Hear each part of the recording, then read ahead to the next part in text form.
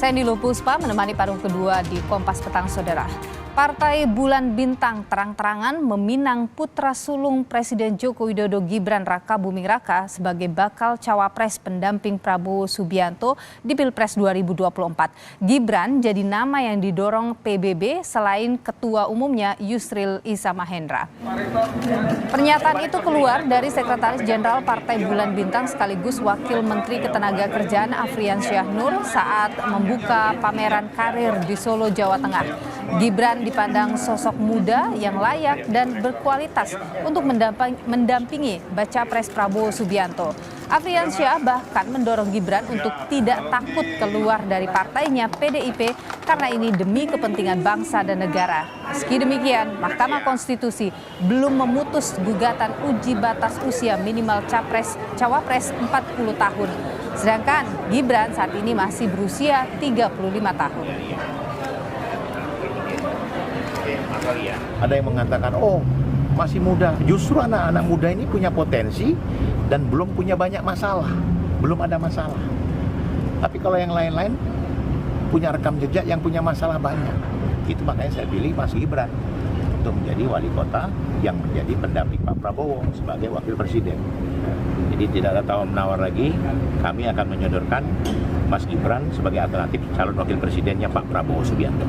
Ya, semua saya kader PBB. Kalau ada yang meminta saya jadi wakil presiden dari partai lain, saya keluar untuk negara dan bangsa.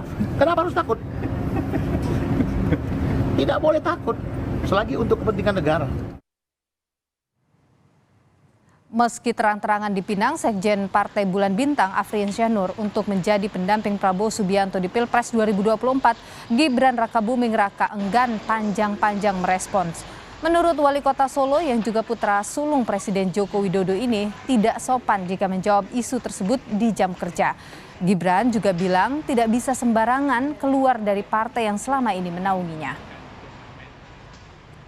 Bukan Pak Wamen yang sekaligus eksekutif. Saya tidak akan menanggapi itu ya. Apalagi menanggapi itu di jam kerja itu enggak sopan gitu ya. Kalau revitalisasi nggak bisa kayak gitu. Asal-asal keluar gitu.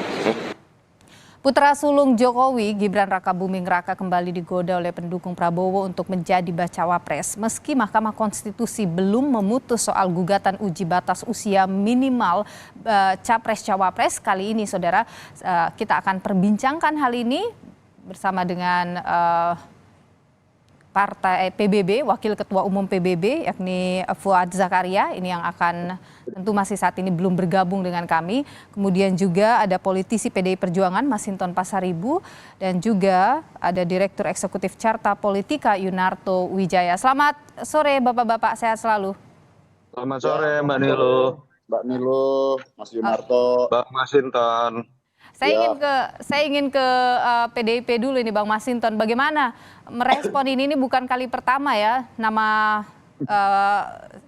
Gibran ini kemudian disanding-sandingkan dengan Prabowo Subianto. Ya, pertama begini, aturan hukum positif kita dalam undang-undang tentang syarat calon presiden dan calon wakil presiden itu masih 40 tahun. Nah, tentu ya kita kemarin juga pemerintah melalui Pak Menko Polhukam, Prof. Mahfud sudah menyampaikan tentang mana yang menjadi kewenangan konstitusional Mahkamah Konstitusi sebagai garda terdepan menjaga konstitusi kita. Nah, tentu terkait hal-hal teknis sebagai open legal policy ya, sebagai kewenangan pembentuk undang-undang, menurut saya MK nggak usah masuk terlalu jauh ke ranah itu. MK harus konsisten menjaga perundang-undangan kita terkait hak-hak mendasar atau hal-hal mendasar tentang prinsip-prinsip dasar kita bernegara dan berbangsa. Umpama terkait tentang sumber daya alam, terkait tentang pemenuhan kebutuhan dasar masyarakat, dan terkait tentang prinsip-prinsip kemajemukan dalam kebangsaan kita. Nah, tugas Mahkamah Konstitusi itu di situ. Hal-hal teknis tidak perlu masuk ke ranah-ranah yang sifatnya teknis, dan itu merupakan bagian dari desain dan kewenangan pembentuk undang-undang. Oke, Bang Masinton begini, seandainya ini misalnya saja ternyata MK memutus 35 tahun, bagaimana PDIP melihat itu? Misalnya saja akhirnya Gibran dilamar untuk ke sebelah?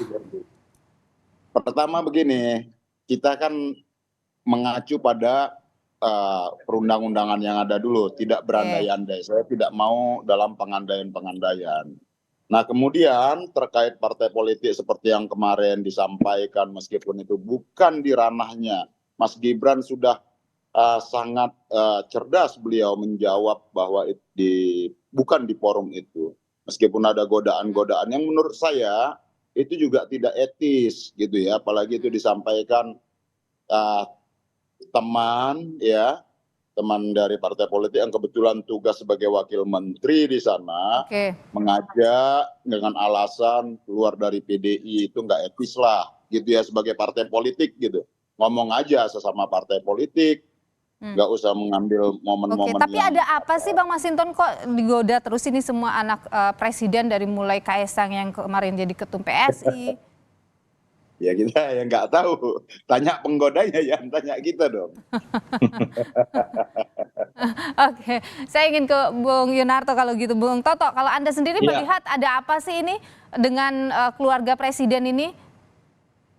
Pertama tadi yang menarik jawaban Mas Gibran dulu ya. Kalau saya membaca ada ketidaknyamanan dari jawaban Mas Gibran. Mas Gibran mengatakan nggak etis, saya jawab di jam kerja.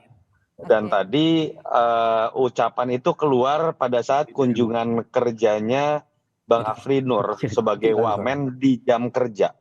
Jadi saya meyakini tadi Mas Gibran, ya spekulasi saya ya, sedang menyindir bahwa beliau tidak nyaman dengan statement tersebut yang dilakukan dalam konteks kunker sebagai wamen dan di jam kerja. Itu yang pertama. Yang kedua, kalau masuk dalam pertanyaan mengenai godaan-godaan ini, ya saya pikir ini biasa ya.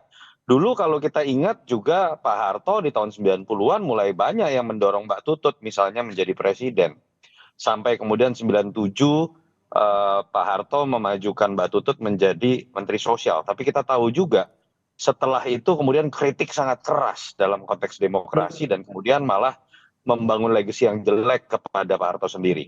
Catatan kritisnya menurut saya adalah jangan sampai kemudian ini ditafsirkan oleh sebagian pihak ada upaya-upaya yang malah seakan-akan merendahkan nilai-nilai pencapaian dari Jokowi. Katakanlah orang puas dengan kinerja Jokowi, termasuk stakeholder para elit-elit pendukungnya atau elit-elit yang dekat dengan dirinya.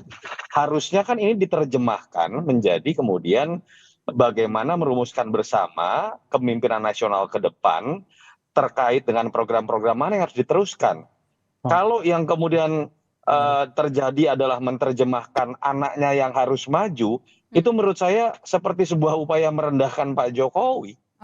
Dan itu yang menyebabkan menurut saya kontroversi mengenai politik dinasti, kritik terhadap Pak Jokowi terkait politik dinasti mulai muncul. Itu yang saya anggap sebagai hal-hal yang sepertinya malah menjerumuskan Jokowi. Ketika ada upaya menempelkan dirinya, partainya dengan keluarga Pak Jokowi, kan kritiknya itu kan bukan ke mereka, kepada Pak Jokowi.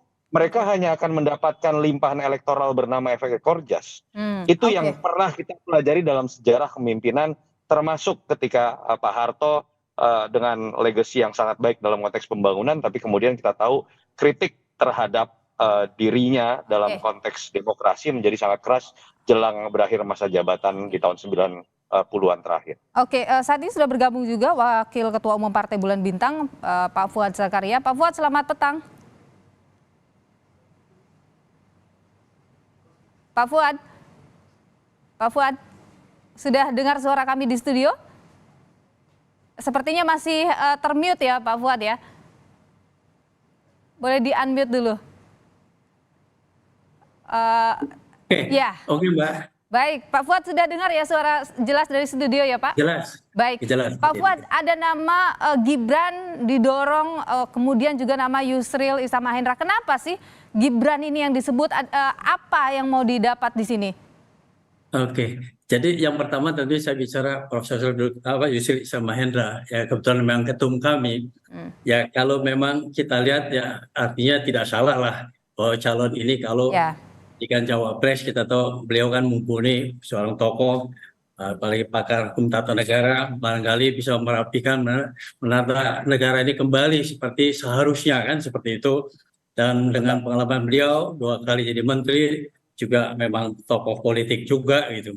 Oke. Itu yang kita rasakan walaupun kita tahu memang PBB ini yang masalahnya memang tidak punya suara.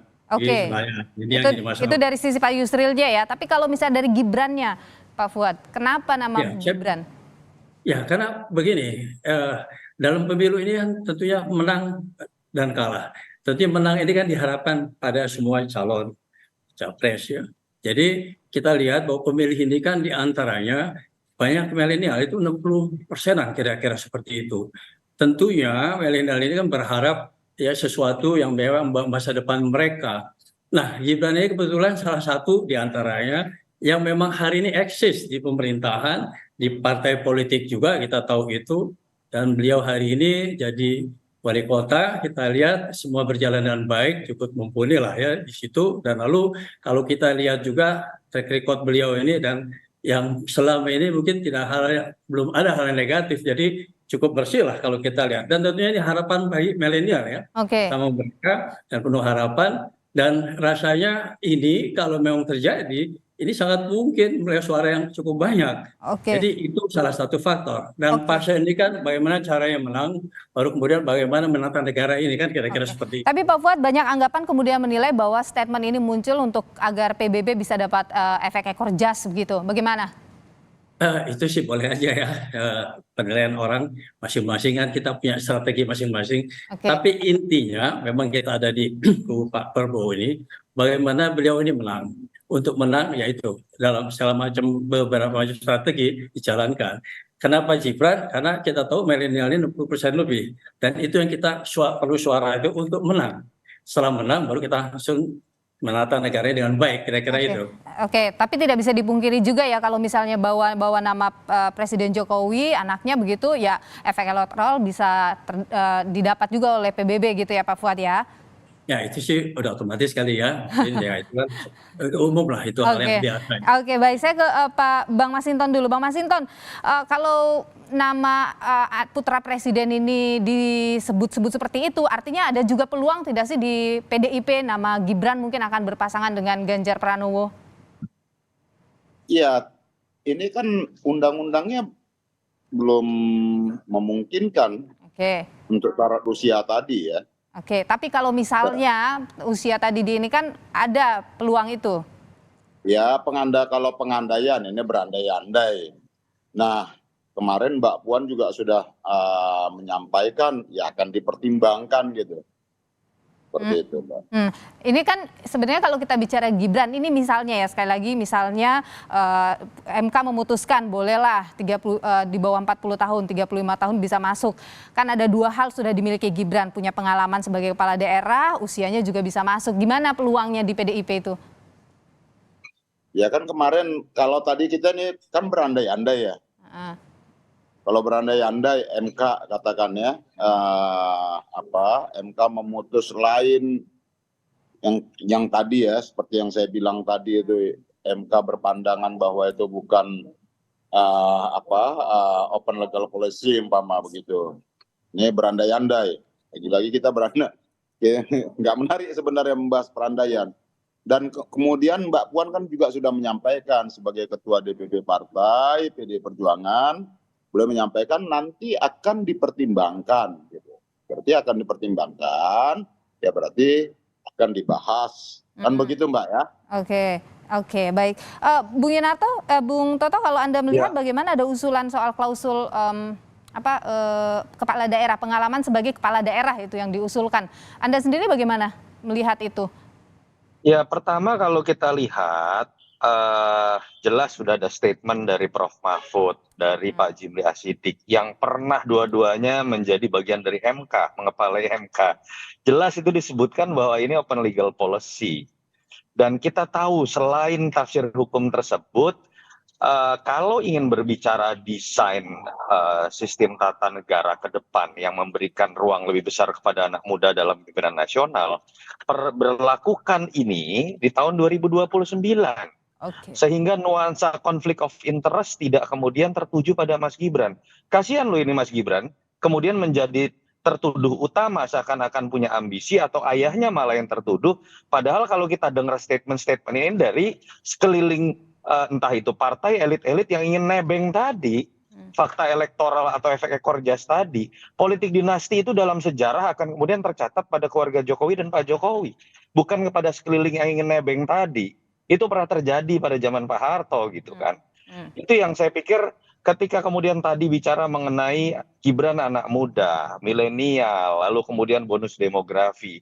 Ada Eri Cahyadi, ada Bima Arya Sugiarto, ada puluhan dan ratusan kepala daerah yang pernah berhasil dan mungkin masih memimpin.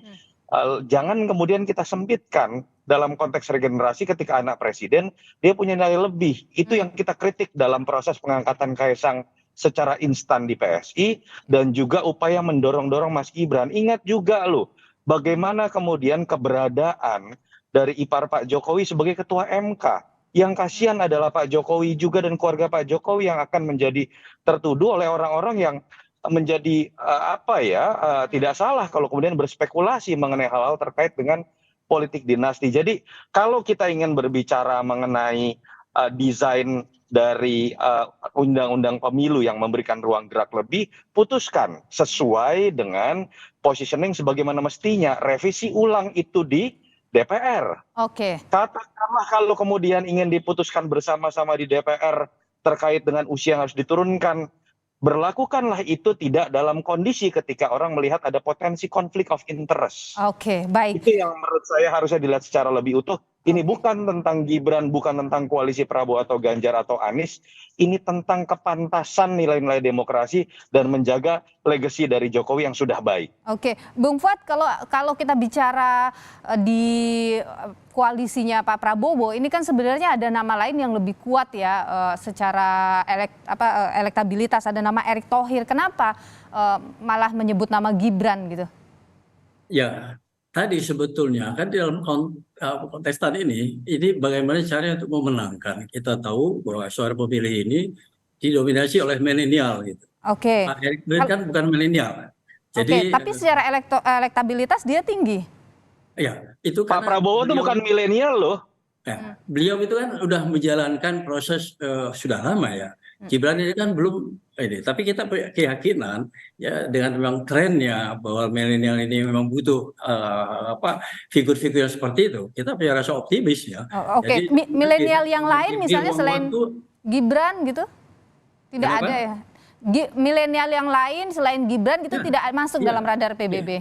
Betul, banyak milenial lain juga seperti Bang Yunarto tadi sebutkan ya pada daerah yang lain. Yang kita pilih itu tidak hanya milenial, yang memang mumpuni, yang kita nilai punya nilai pilih yang besar, yang tinggi. Karena dia putra Presiden Jokowi begitu? Itu karena kebetulan aja putra Jokowi. Kebetulan ya kalau kita flashback ke belakang, dulu Pak Jokowi bukan siapa-siapa kan. Ya, tapi memang dia punya nilai elektabilitas yang tinggi, ya punya nilai pilih yang tinggi dari masyarakat, langsung kebutuhan itu bisa jadi bukan siapa-siapa. Kalau ini kebetulan memang Pak Jokowi, saya anggap itu saya kebetulan. Oke, tapi satu hal yang lain juga kita tahu bersama Gibran ini kan PDIP begitu. Bagaimana tidakkah PBB memikirkan sisi itunya juga? Ya itu bisa kita kompromikan lah. Yang penting bahwa ini Bang Masinton bisa dikompromikan? Ya. Bang Masinton gimana bisa dikompromikan nih kadernya? Ya, artinya kalau ini memang kita lihat soal seperti itu tentunya ya beliau ini kan juga cawapres yang memang cukup menjadi pilihan. Oke. Saya ingin ke Bang Masinton dulu. Bagaimana Bang Masinton tanggapin itu?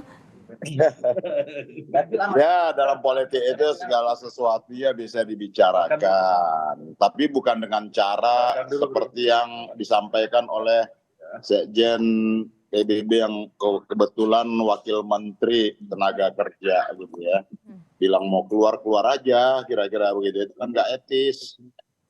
Nah itulah tidak etis dan tidak elok sebagai partai politik begitu. Oke. Gitu. Nah kemudian ya kalau mau tugas partai politik itu menciptakan kader. Makanya partai politik selalu ditekankan untuk melakukan kaderisasi. Gitu.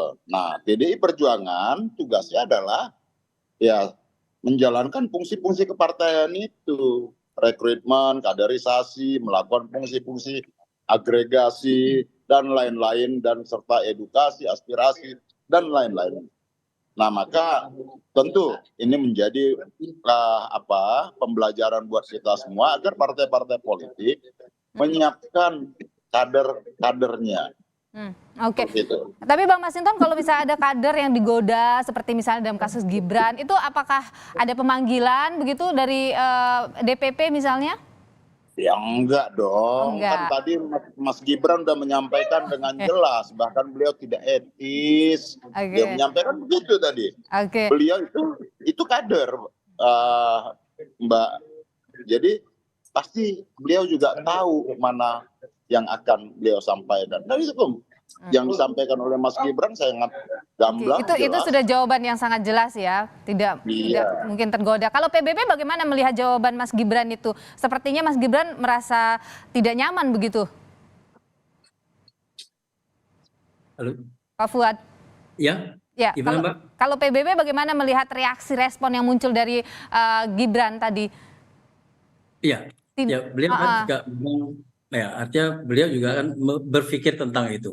Artinya memang saat ini memang kalau figur itu dibutuhkan, ya insya Allah mudah-mudahan beliau juga punya keputusan yang baik buat negara ini ya sebetulnya ya. Kalau memang dia mau turun ya, kira-kira seperti itu sih. Oke, tapi kalau misalnya tadi Bang Masinton juga menyebut soal rasanya tidak etis ketika orang masih di satu partai kemudian digoda, apalagi dengan mengatakan udah keluar aja, masuk kemudian jadi cawapres. Bagaimana tanggapan Anda itu?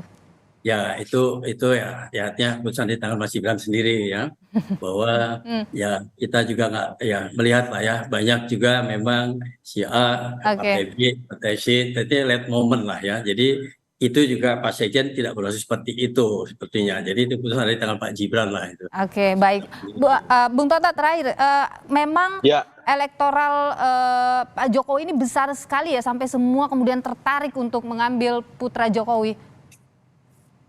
Iya, pertama kalau saya malah melihat ya dari statementnya Pak Sekjen PBB Bang Afrinur ini kayak tidak pede dengan Pak Prabowo. Karena kalimatnya Mas Gibran ini kan tokoh muda, belum banyak masalah seperti tokoh-tokoh lama, tokoh-tokoh tua yang banyak masalah. Jadi saya agak ada kesan Pak Prabowo banyak masalah sehingga harus didampingi Mas Gibran gitu yang tidak punya masalah. Itu yang pertama. Yang kedua, balik lagi, betul tingkat kepuasan publik terhadap Pak Jokowi tinggi, masih di atas 70% paling tidak, dan itu modal buat Pak Jokowi kemudian untuk legasinya diteruskan. Tapi menerjemahkan legasi diteruskan ini kan bukan dengan kemudian menerjemahkan anaknya yang harus maju. Apalagi menjerumuskan keluarga Pak Jokowi melalui sebuah proses yang kita tahu saat ini masih tidak diperbolehkan undang-undang. Dan untuk kemudian melakukan gugatan, kebetulan juga kemudian MK-nya sedang dipimpin oleh ipare Pak Jokowi. Itu yang saya sebut, jangan sampai dalam kondisi yang sudah menyulitkan Pak Jokowi, dengan sangat sensitif, kemudian malah Pak Jokowi dijerumuskan dan dijorokkan dalam situasi yang membuat beban negatif itu menjadi beban dirinya, dan kenikmatan elektoralnya dinikmati oleh orang-orang yang mendorong tadi. Baik, Bung Yunarto Wijaya, Direktur Eksekutif Carta Politika, Bung Masinton Pasaribu, politisi PDI Perjuangan, dan Pak Fuad Sagaria, Wakil Ketua Umum Partai Bulan Bintang. Terima kasih atas pandangan Anda di Kompas Petang. Sehat selalu Bapak-Bapak. Terima kasih. Selamat sore.